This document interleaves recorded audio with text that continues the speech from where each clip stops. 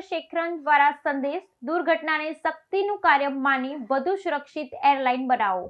Air India chairman Chandrasekaran દ્વારા સંદેશ દુર્ઘટનાને શક્તિનું કાર્ય માનીને વધુ સુરક્ષિત એરલાઇન બનાવો.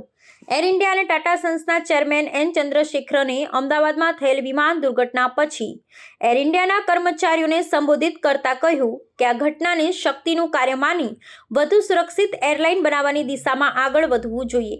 તેમણે જણાવ્યું કે આ દુર્ઘટના તેમની કારકિર્દીની સૌથી હૃદયદાવક ઘટના છે અને કર્મચારીઓએ આ મુશ્કેલ સમયમાં મજબૂત અને દ્રઢ રહેવું જરૂરી છે.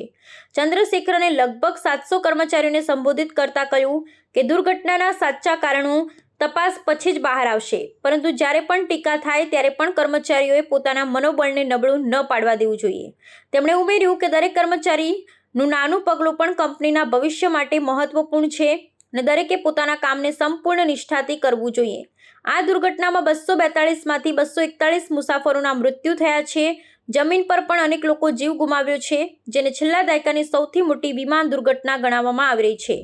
એર ઇન્ડિયા અને ટાટા ગ્રુપે દુર્ઘટનાગ્રસ્ત પરિવારોને ₹1.25 કરોડની આર્થિક સહાય જાહેર કરી છે અને કંપનીના વિવિધ વિભાગો પરિવારજનોને સહાયતા આપી રહ્યા છે.